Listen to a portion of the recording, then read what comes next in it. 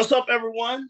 Welcome to Unmasked, where things are discovered, uncovered, brought to the light, and made known. I'm your host, Lamar Barrett, coming live to you from PG County, Maryland. If you're interested in finding out about the untold stories behind being a college coach, this is the show for you.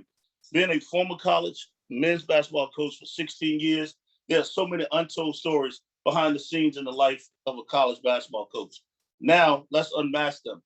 Today's guest is a former head men's basketball coach, college basketball coach, current assistant coach with an unbelievable work ethic, outstanding basketball mind, an excellent talent evaluator, a tremendous teacher, a professional, a great communicator, and a Montreal native, Maurice Joseph. Now, before we bring him on, talk about Maurice, and he is, like I said, he was, played up in Montreal, Quebec, and for an outstanding coach, John Daniels, and there's a guy who I remember from going way back to 2002, and then from there he went on to Michigan State for 2 years, and after that he went to Vermont. He graduated from Vermont in 2010 after having 2 very good years at Vermont. He actually had played in 50 plus games at Michigan State as well. So, but finished up in Vermont. NCAA tournament appearance, so he had 2 very good years in Vermont. And then after he was done playing, he went and played for the Trinidad national team. And then he also played professional in Israel for a year. And then he kind of realized he knew it. A lot of times coaching is in your blood, and always talk about, did your path choose you or did you choose your path? And I think his path probably chose him. He was kind of called to coaching, and he was fortunate to go and work for his college head coach from when he was at Vermont. He went to George Washington, and he spent 2 years there as the assistant director of basketball operations in that position. And then after 2 years, he was an assistant coach at George Washington for 3 years. And then unfortunate situation happened, but you know what? It happened for him. He got a break. He became a head coach at a young age. 2016 to 2019, he was a head coach at George Washington University right here in the DMV. And after 3 years, he wasn't renewed. And in 2019-20, he spent a year at Fairleigh Dickinson University. And 2020 to 21, just completed last season, he was at George Mason University with Paulson, which he still was back to the DC area. I think the DMV has become his second home. Somehow. And then presently he's at the University of Richmond, with Mooney, with Coach Chris Mooney. I know he's going to do an outstanding job, and I'm looking for him to get back as a head coach one day in this game. That's where he belongs. I want to welcome to the show, Maurice Joseph, man. How you doing, Mo? I'm doing great, man. Thank you for that intro. That was incredible, actually. So I appreciate that. Well, look, man, we came on this show, to get unmasked, and we're gonna get right into it. And like I said, you were fortunate. I mean, you got a break after playing, and like I said, it was in your blood. But people don't realize, like, going from playing to coaching is not as easy as what people think. So there's no handbook to being a college coach. You got on the administrative side, but trust me, when you're on the administrative side, everybody, that's your title, but that doesn't mean that's what you actually do. There's no handbook to being a college coach. Tell me about the first day, first week, first month after things are done with human resources and orientation, especially like no one gives you direction. They just tell you, figure it out, go and do it. And so you went administrative, and then you can talk about the administrative side, or even when you jumped in just to being an assistant coach for the first time. Talk about that. Yeah, that transition is tough. First of all, being a basketball player is part of your identity from the time you're 5, 6 years old, right? So you're actually dealing with a sense of loss when you stop playing and kind of admit to yourself that you hung them up and that playing basketball is over. So you get into the coaching role, and like you said, I was the assistant director of operations. And for anybody who's been in an ops spot, you wear a lot of different hats. So whether it be parking cars for people, whether it be doing some laundry if a manager can't do it, whether it be taking sandwich and lunch orders or dinner orders, setting up travel, setting up the buses, and the making sure we have gym time at away games, and making sure that our practice times are set. dealing with the other sports teams on campus to make sure there's no conflict. So I was kind of thrown into the fire in a lot of ways to kind of handle a lot of those things. But it was great for my development because I got to see all the different things that it takes to run a program. It's not just rolling the balls out there and trying to outscore your opponent. There's so many things behind the scenes that contribute to a successful program. And I got to learn all of those things firsthand, you know what I mean? And there's no job too big, no job too small. And everything contributes to helping the program run seamlessly. So it was a tough transition because I'm a basketball junkie. I love actually playing the game and the competition aspect and being in the gym. So you do deal with a sense of loss, of a sense of shift in identity, but you get immersed into learning the from A to Z what it takes to run a program. And being an ops guy is great for that because you get to see all the different behind the scenes pieces to running a successful program. So I was fortunate to have those 2 years to be able to just get my feet wet in a lot of different areas, not to mention learning about the craft, right? X's and O's, player development, player evaluation. You kind of learn all those things as you're kind of going through it. And I had great mentors around me to help me through it. So I was fortunate to kind of start the way I did. And I'm glad you said that because people don't realize, like, usually the director of basketball ops, that position, everybody thinks is administrative, but you spend more time with the head coach because you don't really go off campus and recruit. So he's always leaning on you, not even just from the doing the other little things, but the basketball things, because you're gonna probably be in practice. You're gonna be in practice every day. Like every assistant coach isn't there, so I can understand like what you're saying, and I'm glad you kind of threw out those nuggets so people can understand. Like, and I worked for a guy who really believed that he thought people should start from being a director of basketball ops and let them move up so they can see everything that goes on. And then you're so much ready and prepared when it's time to become a head coach. I think truly so. I'm glad you dropped that knowledge, man. What was we all know that recruiting is the lifeline of college athletics. You have to get good players, you have to get good people, and you have to get good students. And what I mean by good students doesn't always mean they have to be an A student. Sometimes they might not be a B student, but you have to have people who are passionate about wanting to get a degree, want to go to class, and things of that nature. Talk about your best and worst recruiting stories you may have had over the years.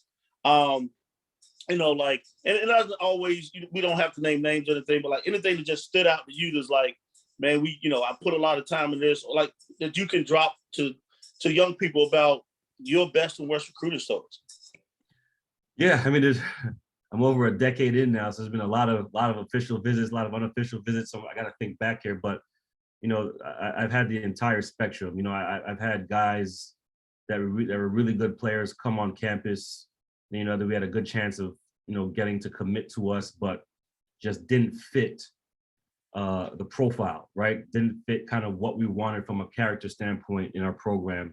For instance, there was one kid I remember that he came on his own because his parents couldn't make his official visit by himself, and at every meal he was on his phone, and not just kind of checking a message or checking a score of a game, whatever it is. He was literally glued to his phone, almost in a disrespectful manner.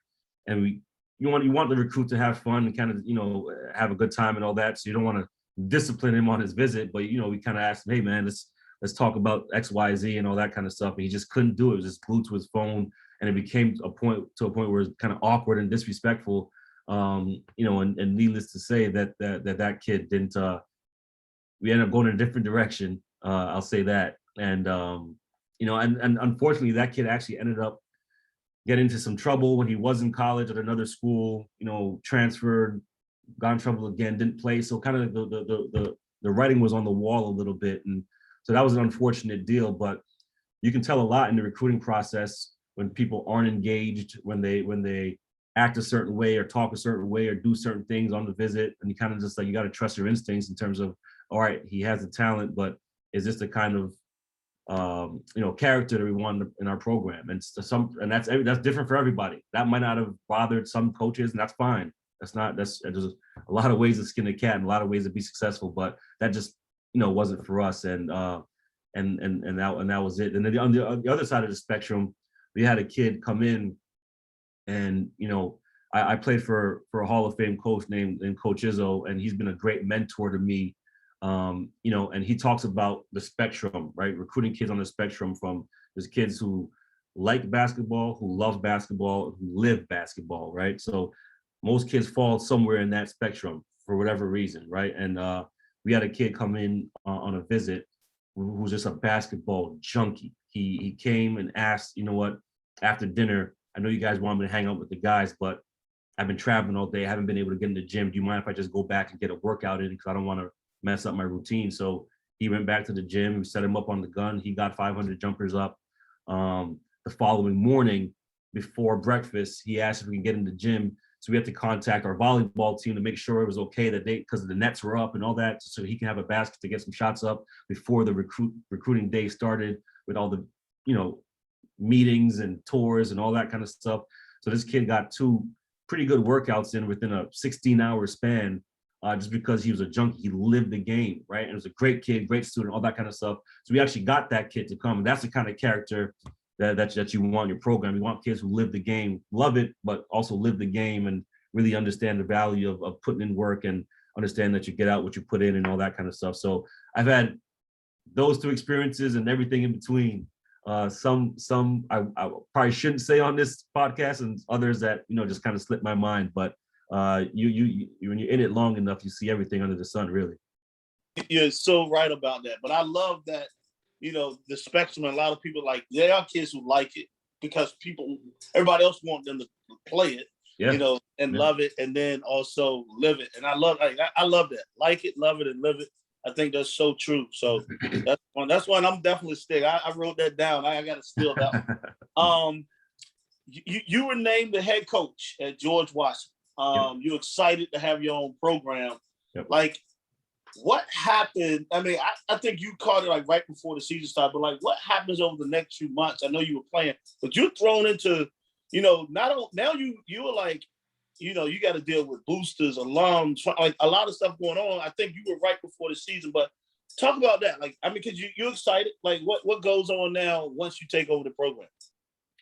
Wow, well, that's a loaded question, because obviously there's a lot going on. But I will say this, I think it's important for young coaches, as they're kind of developing their philosophy, developing their leadership style, developing kind of who they want to be as a coach, right? It's important for them to make meaningful connections, not just with players, not just with other coaches in the industry, in different schools and all that kind of stuff, but also within your own university, faculty, administration, ADs, facilities people, custodians, you know what I mean? I naturally value the relationship building process in life in general. So that kind of bleeds into my coaching philosophy. So for me, when I got the opportunity to become a head coach, I could lean on a lot of people at the university, because I had spent 5 years developing, meaningful relationships with people. And that kind of eased the process a little bit, because I was the marketing director. We had a great relationship. So she was really invested in trying to figure out how we can make this transition the best from a public relations perspective, right? The strength and conditioning staff, or what do you need? What are the shifts in philosophies that we need to be able to, incorporate into our training in terms of how we're going to play now versus how we played last year? Like, being eager to help in that regard. The development staff, fundraising. All right, now that becomes a little bit bigger part of your job. They want to get you in front of donors and boosters and all that kind of stuff.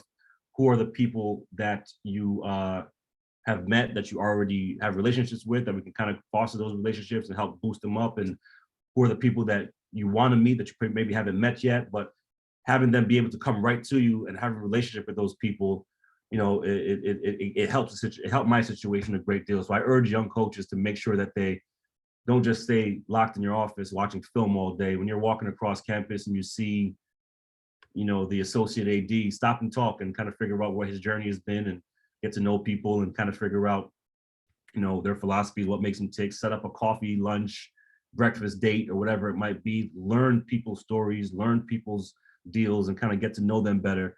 Ultimately, that might help you down the road at another school, at your school, or whatever it is. We are in a relationship. We're in the business of people. We're college basketball coaches, but we're in the business of people. And all that to say, my first 2 months, I got a lot of help. I got a lot of help because the basketball piece, the basketball is the basketball, right? You have good players, you run good stuff, probably going to be successful. You hold guys accountable defensively, get them to play hard, have your principles, try to execute it every day, fine tune it, build on it. You'll get better. You'll do that piece, but it's all the other things. Like I said, the fundraising, the handling the media, the making sure that handling the parents. You go from being an assistant coach where you're the guy calling all the parents, and they can complain to you a little bit about playing time and all that kind of stuff. And I was that guy a lot, being a young former player. Now all of a sudden you're a head coach overnight, and that relationship kind of has to change just a little bit. The dynamic of that relationship needs to change a little bit. So that's kind of a challenging deal. But there's so many different things I could talk to you about. But ultimately, I got a lot of help from a lot of people within the department that made the transition a little easier. But ultimately, our players really just gritted their teeth and kind of just say, you know what, let's just go hoop, let's just go play. This is not obviously an ideal circumstance, but let's just make it happen together for each other, not just with each other. And let's just go hoop. And thankfully, our guys did that in my interim year. We won 20 games. We won 20 games and had some unbelievable wins at Temple, at Harvard. We had some great league wins. We beat USF at the buzzer, and it's an unbelievable year with some unbelievable guys. So really thankful for them. But I was thrusted into it, and I had to learn a lot on the fly. So people throw around the term drinking through a water hose. I was drinking through a dam. You know what I mean? Like I was drinking through from a dam. So it was a lot. But when I look back at it now, it was great for my development because I was just thrown into the frying pan. You know what I mean? And it was just make it happen. And I made some mistakes, and I learned from them, and I did some good things, some things that are really good. There's some things that I wish I could take back, but that's part of the journey, part of the deal, right? You just kind of live it, experience it, tweak it, fine tune it, get better from it, keep it moving, So great experience, and I'm a better coach for it now. I'm a better coach overall. I'm a better assistant coach, and I'll be a better head coach one day because of that experience. And I truly believe that. That was all great stuff, man, that you just dropped for people who are listening and who are watching it. We talk about, man, scout reports. We know they're huge too in this profession. People have no idea how much time. I think some people just think you roll out the ball. And it's crazy because, I had a friend of mine who he came and visited me, was my scout for the following game. And he didn't realize how much time I had put into watching film and, scouting reporter. He saw the whole process.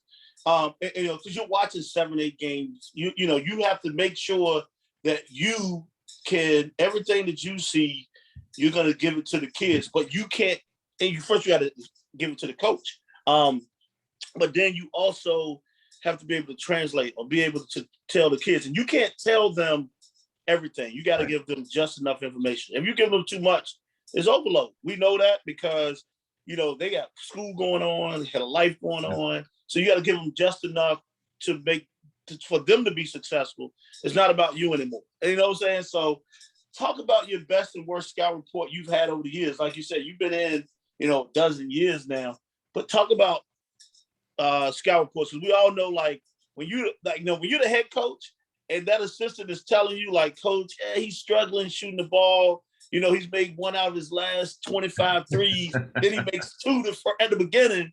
You're looking at the assistant like, you told me he couldn't shoot, or your head coach is looking at you like, you couldn't shoot. You're like, coach, I never said that. I said he was struggling.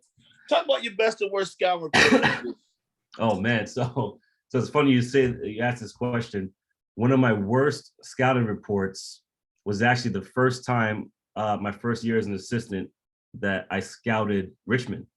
Oddly enough, I'm here on staff now, but if anybody hasn't seen Coach Mooney's style, kind of the Princeton style offense, and it's really a read and react and feel type of offense. So from a scouting perspective, there's really no not a ton of triggers and plays and sets that you can identify and blow up. And from that perspective, you really just have to get your players ready to guard concepts. So up until that point, I had never scouted a team that played the way Richmond played. There's always been sets. All right, here they are in a horn set. I know what's coming. Boom, could blow that up. All right, they're running a box set. I know it's going to be a zipper to a flare, whatever it might be. Blow that up. But against Richmond, it's shoot up to the point, enter it. It might go away from it or over the top, split action. He might go backdoor. He might pop back. It might be, pass, pick, pop, or ghost the ball. So there's all different types of things that's happening in the game. So they try to figure out not just the personnel and getting guys accustomed to the personnel, but having them guys figure out what is going to happen on the offensive end from a schematic standpoint. And you really can't pinpoint it. You can tell them, all right, they're going to shoot up and catch the ball at the elbows and they're going to run actions off of it and all that kind of stuff and figure out how you're going to guard those. But it happens so fast. It happens in real time. And our guys had so many questions, but it was counterproductive because there's too many questions. You can't ask. There's no specifics. I don't know if they're going to go backdoor every time. They're just going to read it how you play it. I don't know if they're going to accept it and get a handoff. It's going to be a pin DHO or then to a pick and pop or pick and roll, or I don't know what it's going to be, right? So I got flustered as a young assistant putting our guys through the Richmond scout because, you play on a Wednesday night, you play Richmond for the first time on Saturday at noon, and you got, light practice on Thursday. So you're not doing too much, and then really a better practice on Friday where you have the opportunity to put the guys through the offense and all that. So you got to teach it to a scout team.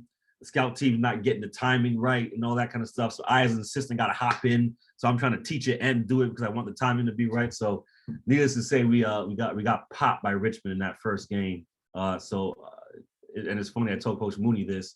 After that game, I became almost enamored and obsessed with the Princeton offense and learning the ropes because I told myself I'm never going to let that happen again, which allowed me to kind of gain a great deal of respect for Coach Mooney.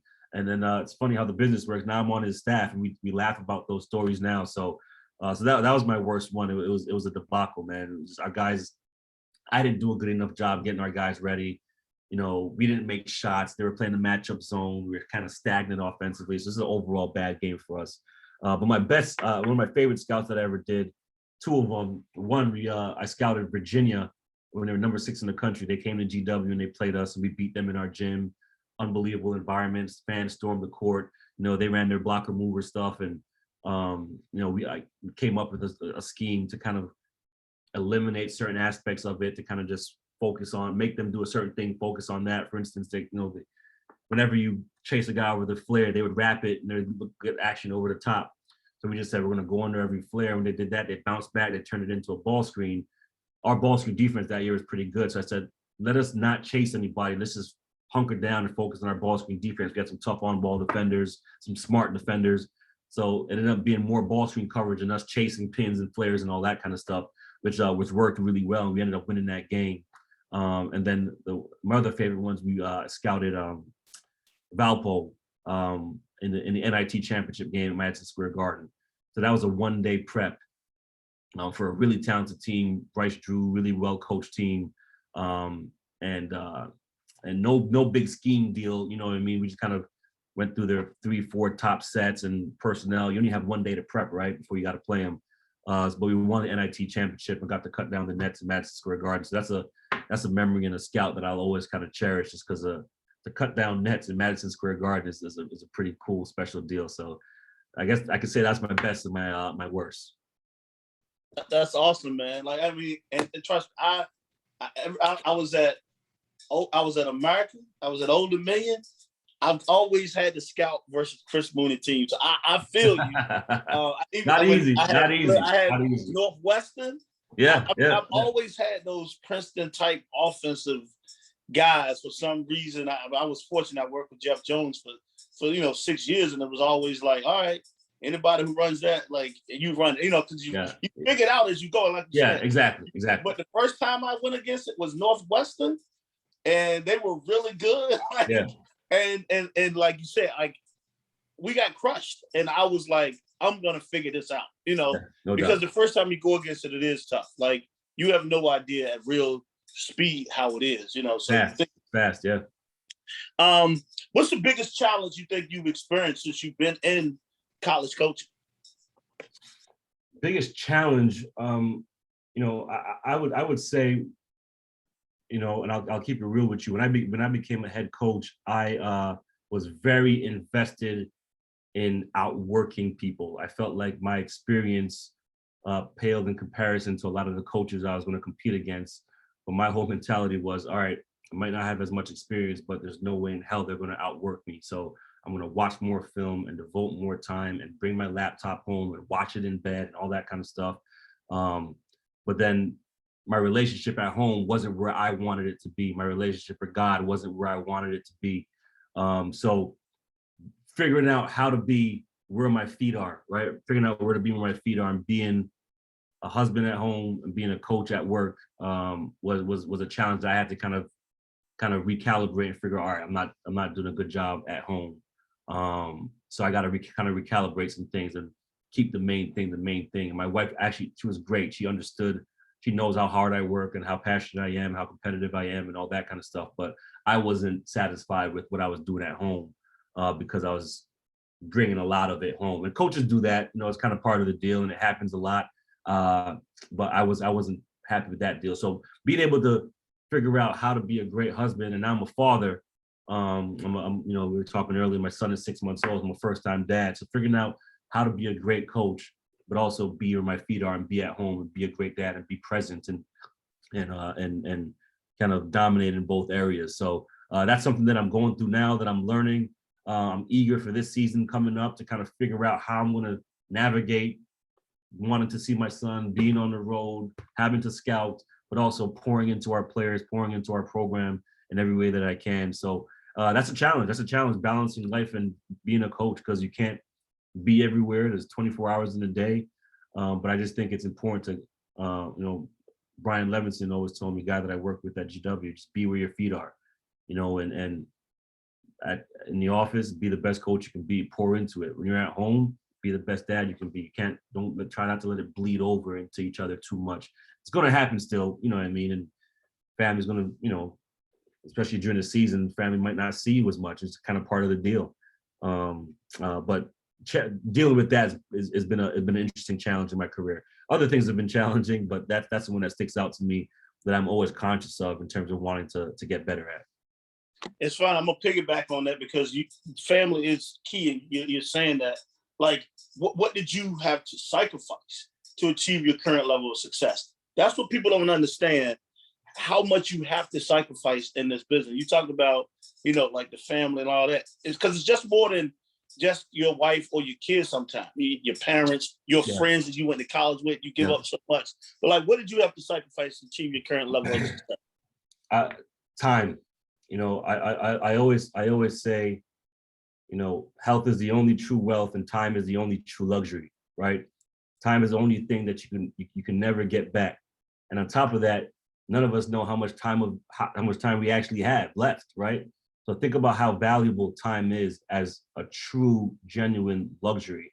So in order to be a great coach, there's times where I could have gone home to visit parents or to visit family and chose not to because, we have a visit coming. I'm setting up an official visit, and this kid, we're battling against other schools for this kid, and he has visits set up. So, all right, well, I guess I can't come home anymore. You know what I mean? There's been weddings, friends getting married during the summertime, and a lot of people like to get married in July.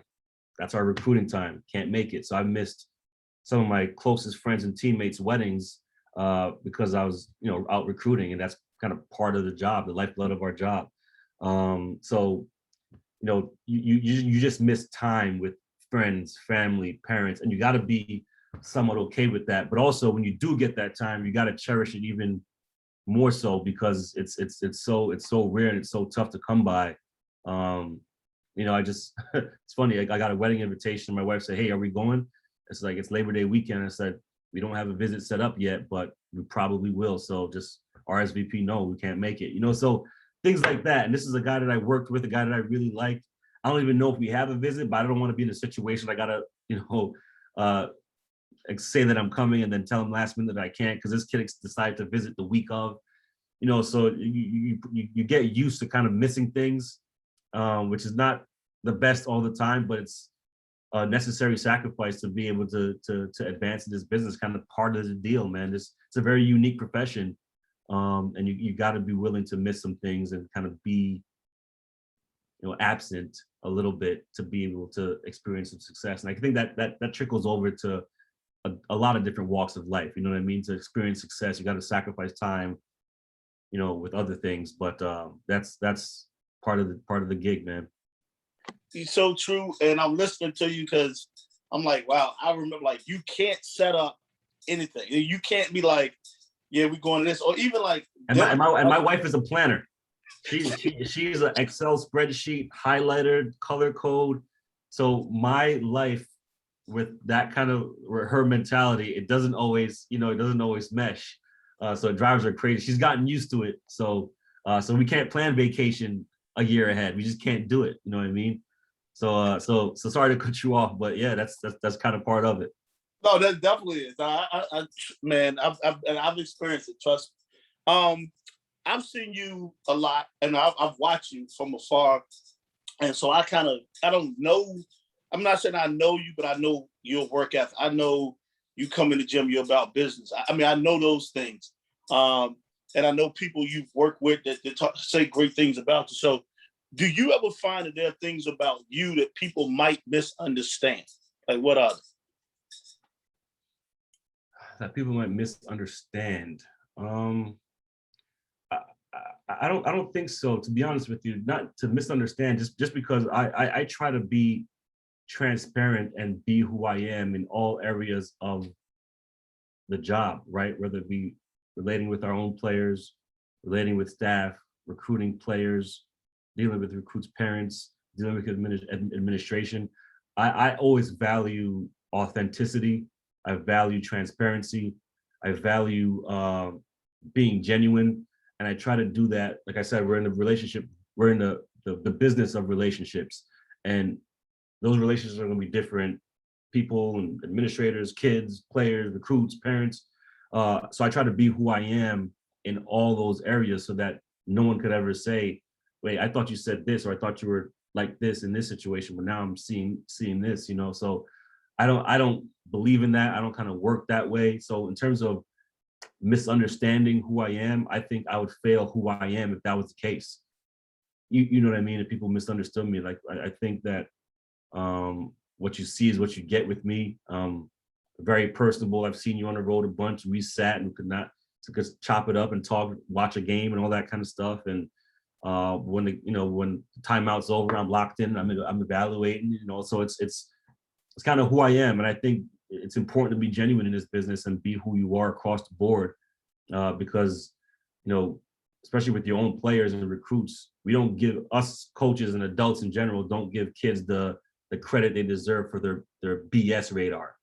And I think people can kind of sniff it out. And if you're sniffing anything, you're going to be sniffing who I really am. You know what I mean? It's not going to be something in the recruiting process and then, and then something else when you're here.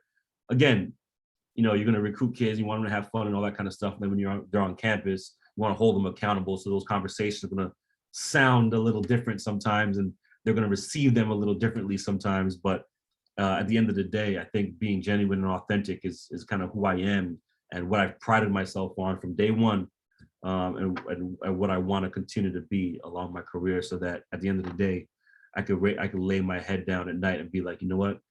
I attack the day as Maurice Joseph. I am who I am.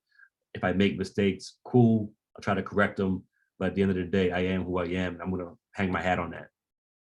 Awesome. That's awesome, man. We're all educators in this business. I mean, that's what we are. Like, we're coaches. That's the title. We wear so many hats.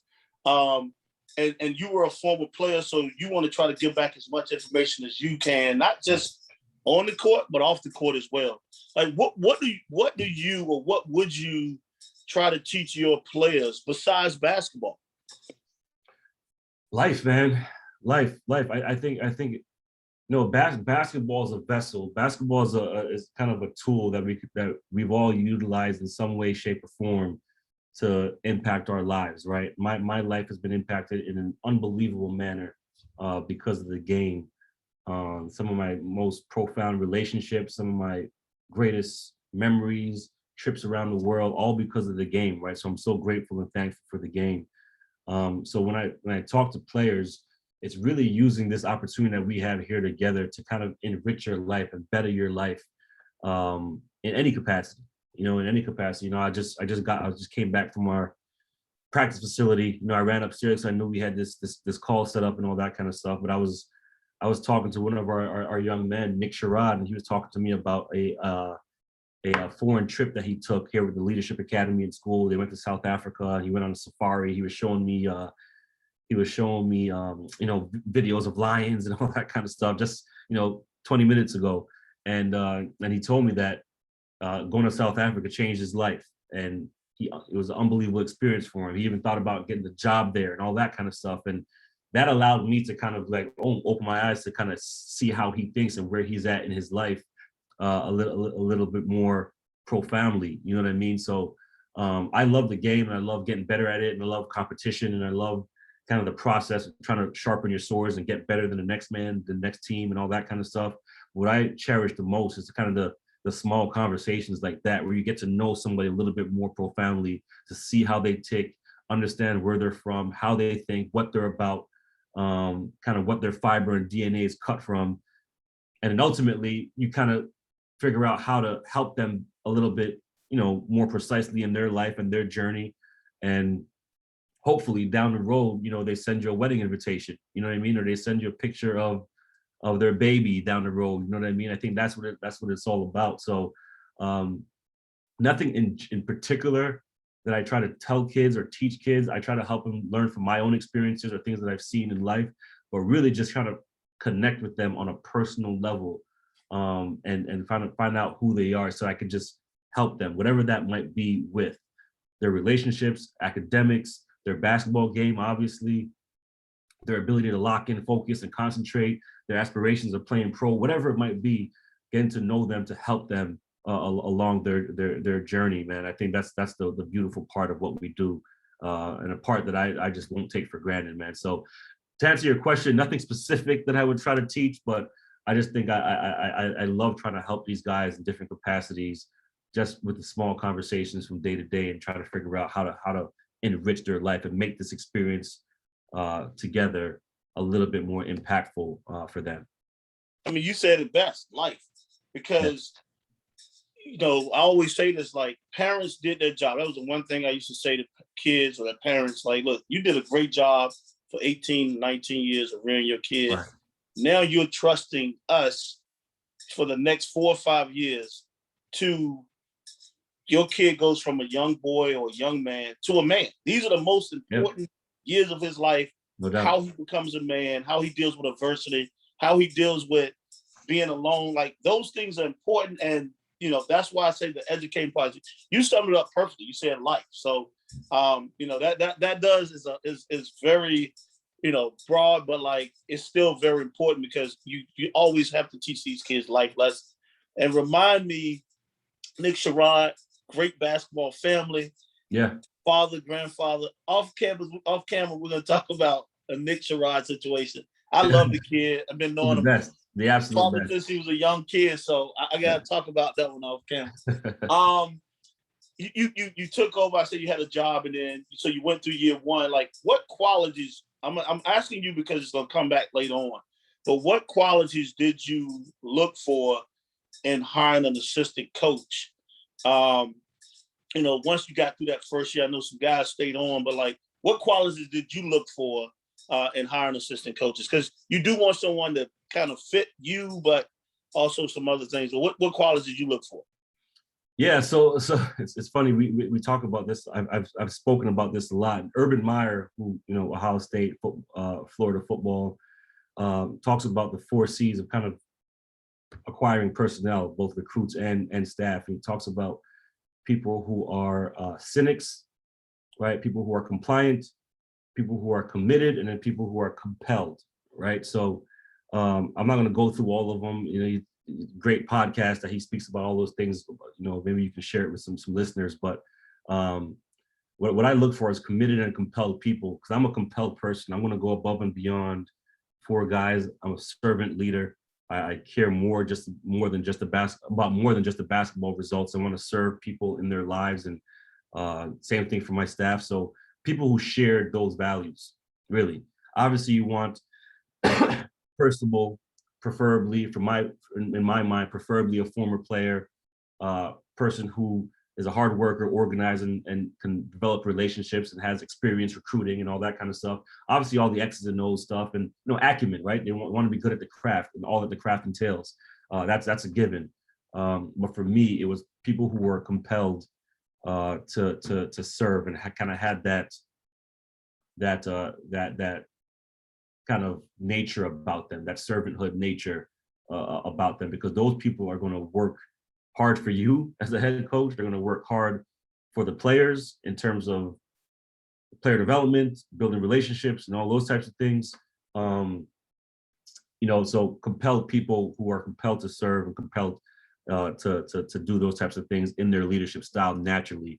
That's essentially what I look for. Obviously, like I said, the basketball stuff is important.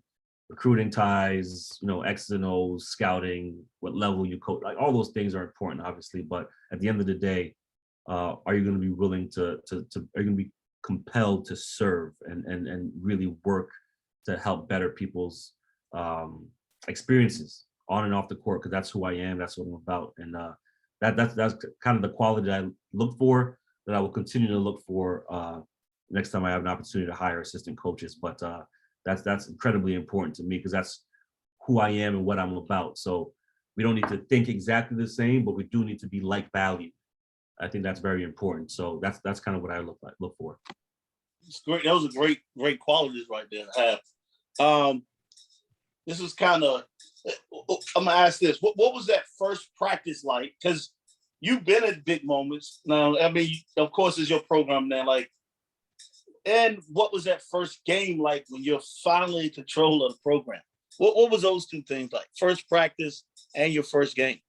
Yeah, honestly, the first practice was pretty seamless, just because I tweaked some things, like had music playing. I always wanted music playing pre-practice and guys shooting pre-practice, because I like the energy in the gym when music is on. We hadn't done that previously.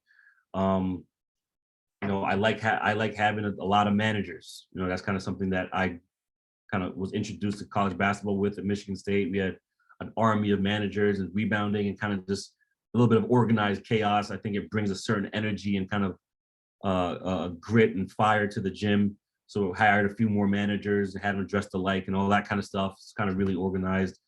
So I think the guys, and we had tough practices and all that kind of stuff beforehand. But when I took over, I think that the guys kind of felt a different energy in the gym.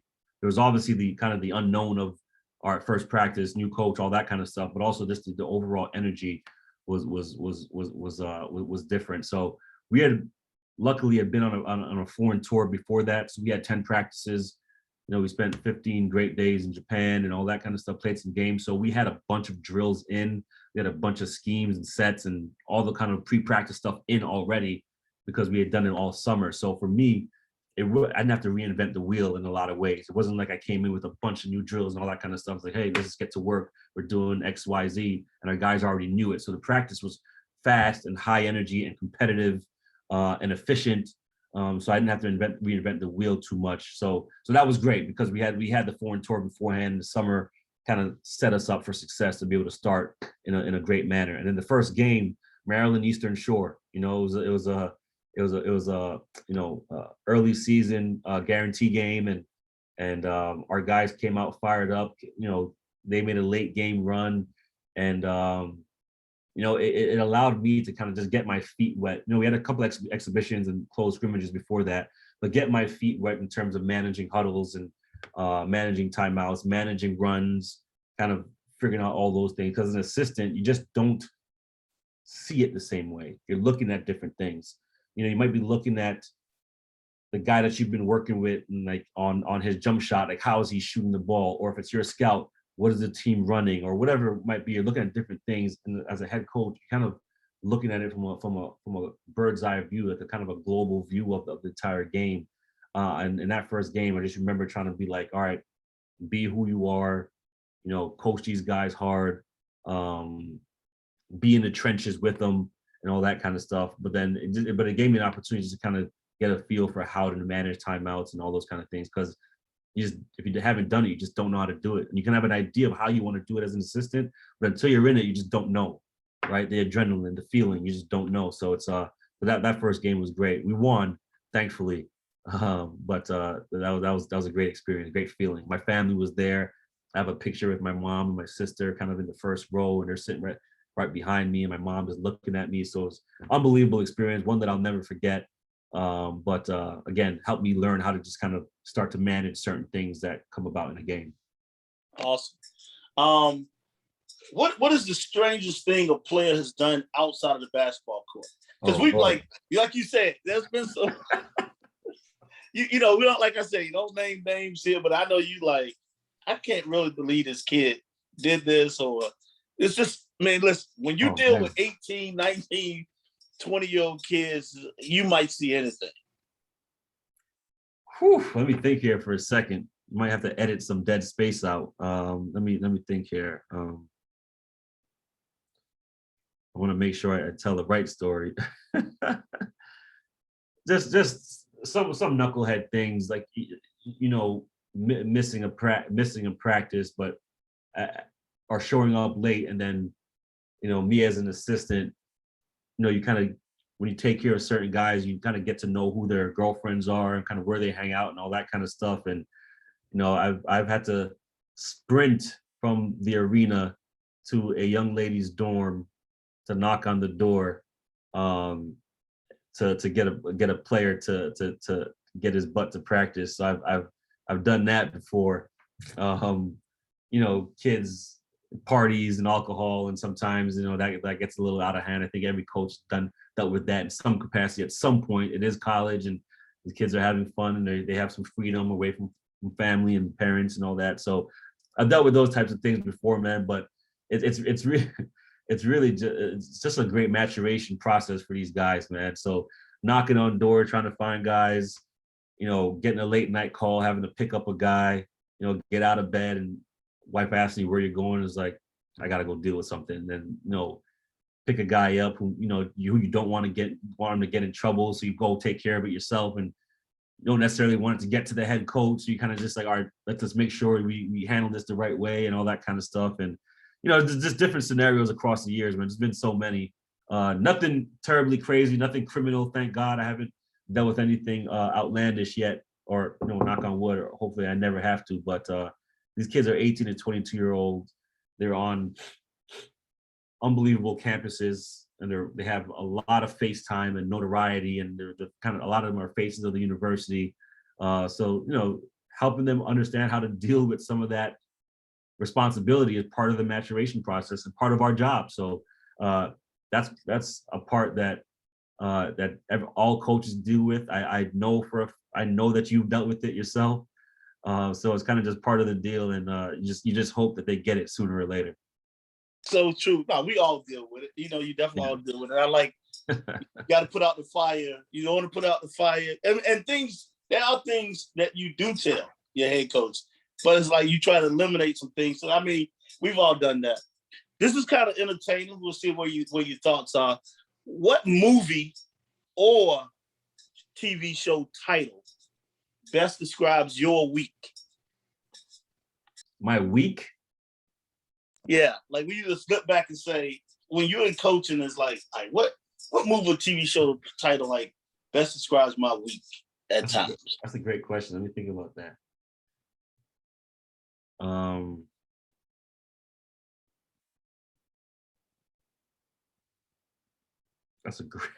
That's a great question.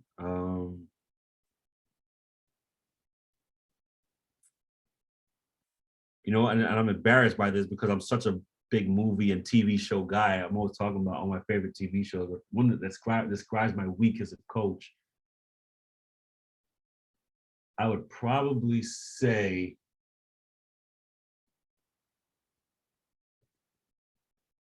Training Day. How about that? That's a great.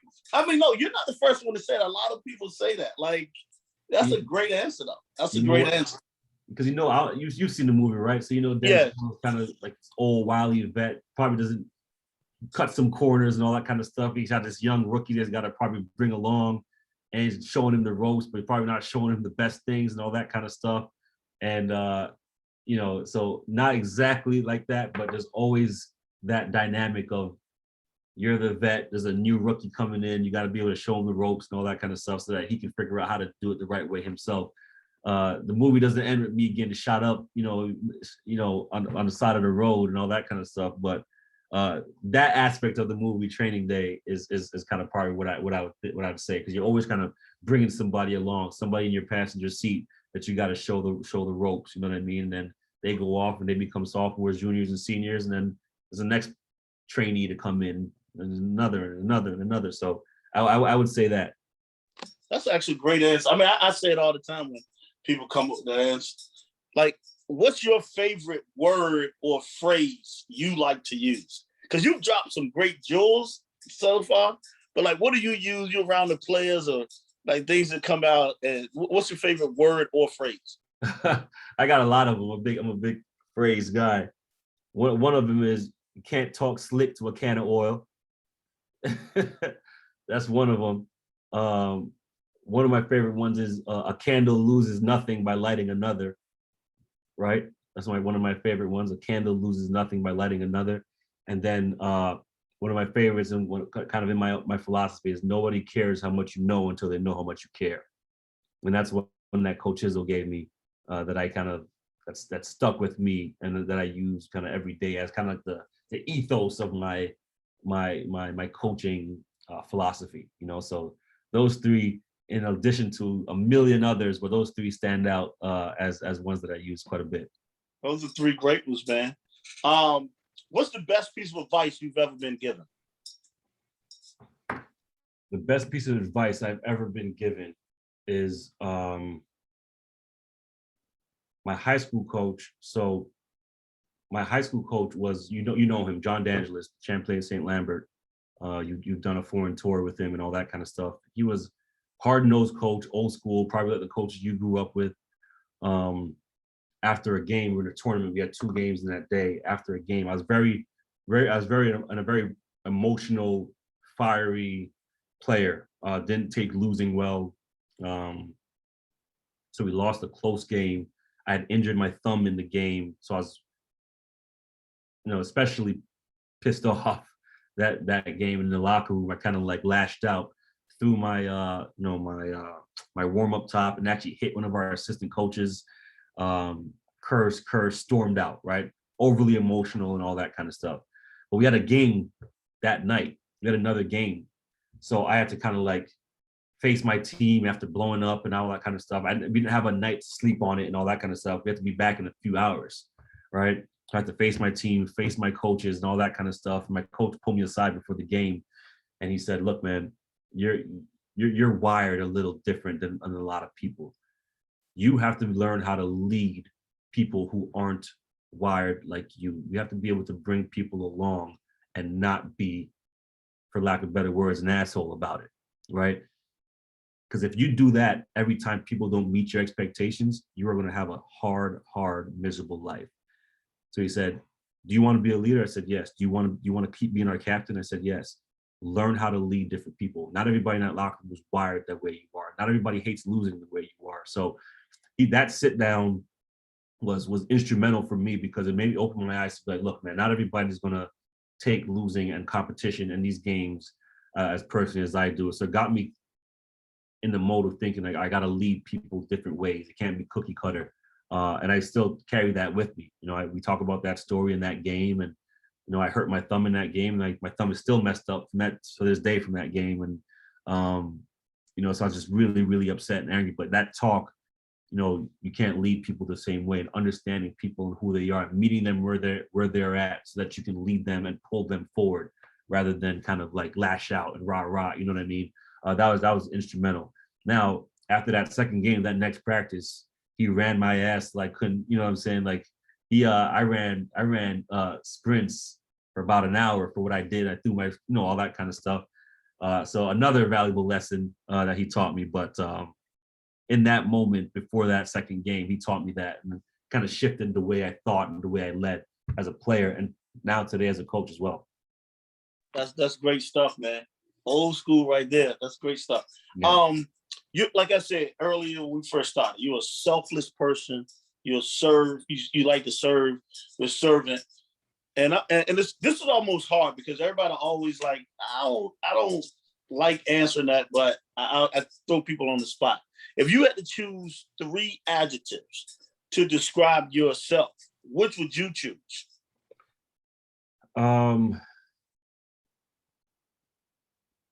You know,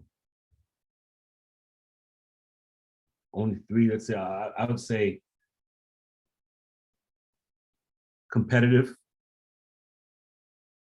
right? I would say however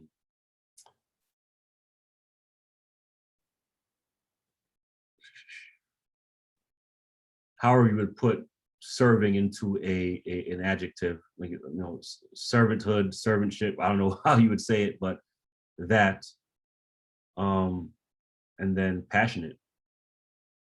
You know, I have a passion for life and a passion for coaching and a pretty energetic disposition. So that would be in there: competitiveness, servanthood, and passion. Three great ones right there. And I like to, and it's interesting because I mean when I get to talk to you, man, it feels it's like everything like it's so genuine, and you don't realize how much time has gone by. I'm gonna ask you this question before I ask the last question, because so many people have their own idea, own version. Like, what does success mean to you? Because it's not all about always like the winning. You got to win. Everybody wants to win. But like, what does success mean to you? Success, that's an easy one for me, honestly. The wins and the losses, that's the business side of it. And I think the outside society and the world will kind of judge you on that because they're kind of not in the inside. They don't know what's happening every day in practices, workouts, meetings, film sessions, all that kind of stuff. So they're not in the trenches. So they'll judge you and judge your success on wins and losses. For me personally, success is the positive impact, the level of the positive impact that you've made on a person's life. Are they better? Are they a better father? Are they a better husband? Are they a better employee or employer? Are they a better brother, sister, friend, whatever it might be? Are they a better person because of you being in their life, right? So like I said, I coach for wedding invitations, I coach for baby pictures, I coach for all those types of things. I coached for 2 weeks ago. One of my former players and managers texted me saying, you know, he's going to propose to his girlfriend, and would I be willing to come to the wedding? You know, he hasn't even done it yet. I coach for that. That to me is successful. I've made an impact on his life that he would want me to seek me out for advice and want me at some of the biggest moments of his life. That to me is success. I can't tell you how many points he scored or how many, when he was a manager, how many water bottles he filled up. I couldn't tell you any of that. But the text message that I got the other day, that to me is, it talks about the successful impact that I've had on his life. Again, the wins and the losses are important. That's part of our livelihood. That's part of the business. It is what it is. And that'll always be that. But for me, it's those types of things, right? Those types of things that determine your level of success. You know, not everybody's going to be, every player, former player is going to be buddy and invite you to everything and all that kind of stuff. But did you leave a positive impact on him? Is he a coach now and uses some of the phrases that you used when you coached? Is he a husband now and kind of and remember some of the stories that you told him about marriage and managing work and marriage and all that kind of stuff? Did that influence who he is as an adult and ultimately influence his life? That to me is success, man. And I know ADs won't really gauge that in renegotiating contracts and all that kind of stuff, but in my heart, that's what I'll gauge my my success as I'm trying to win games and win championships and all that kind of stuff, which I also really find important, but not the ultimate measure of success. So true, man. And I said that I can't go away, and I said one more, but I got to ask this because before I finish with that last question, one of the most important questions, but what person and or event has had the most influence on your life? And I said, what person has had that? Because a lot of times people come up with so many different answers, but what person has had the most influence on your life? Oh, that's my mother. You know, my mother was an immigrant from Trinidad and Tobago who followed my dad here in the 70s, had us.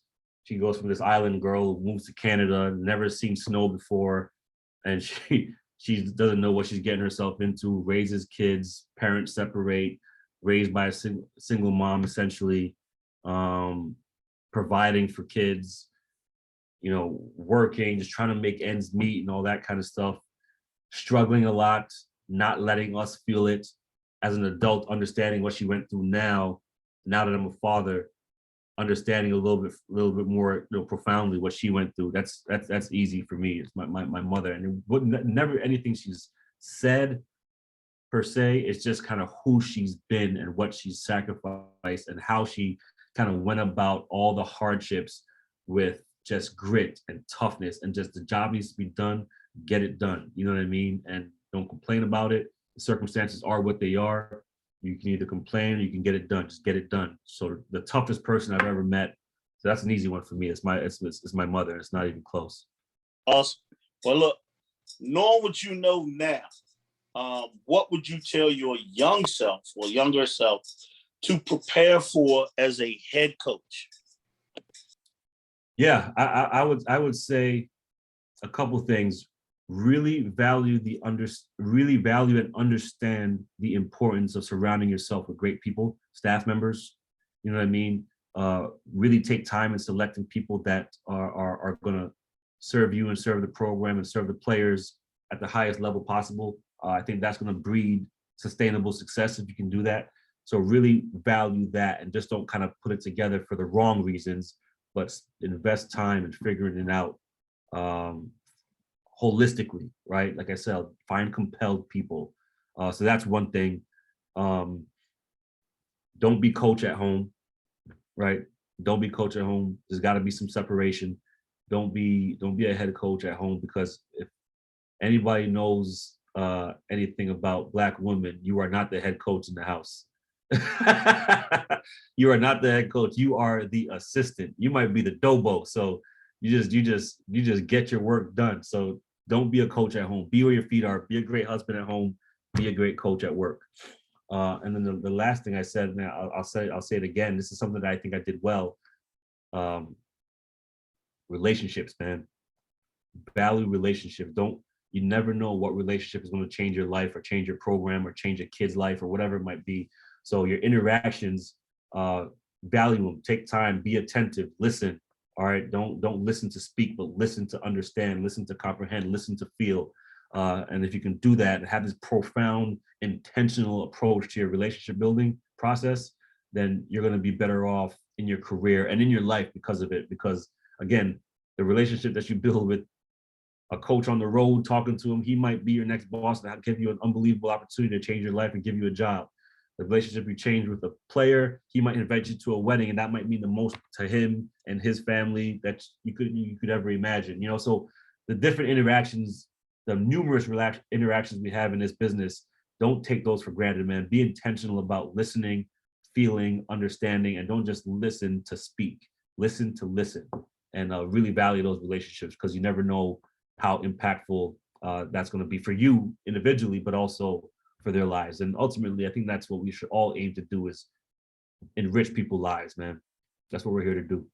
That's some awesome stuff right there, man. Well, look, you hit it right on the head. My wife always says, she said to other people, he's Coach Barrett outside of the door. He comes through the door, he's Lamar. So you're 100% right. You know, he Coach Barrett before he comes to the door. So you are 100% right on that. Well, look, man, I want to thank you again, Mo, for being a guest on the show and being unmasked. Is there anything you want to leave with the viewers before we go? No, the only thing I'll say is just, like I said, man, I just urge young coaches to kind of figure out their why. Why do you want to be a coach? Why do you want to do this? I mean, it's not the most stable business. It's kind of hard to kind of climb and all that kind of stuff.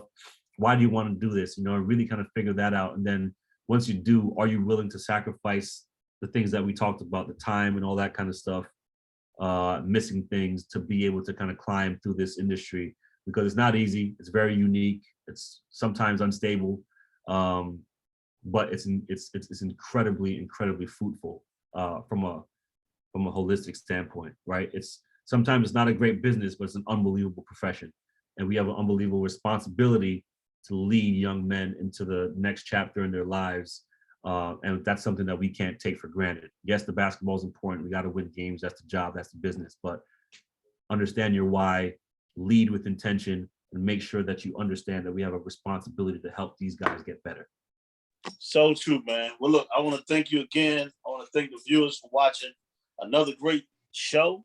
Stay tuned for the next guest as we get them unmasked. See you next time, and stay safe.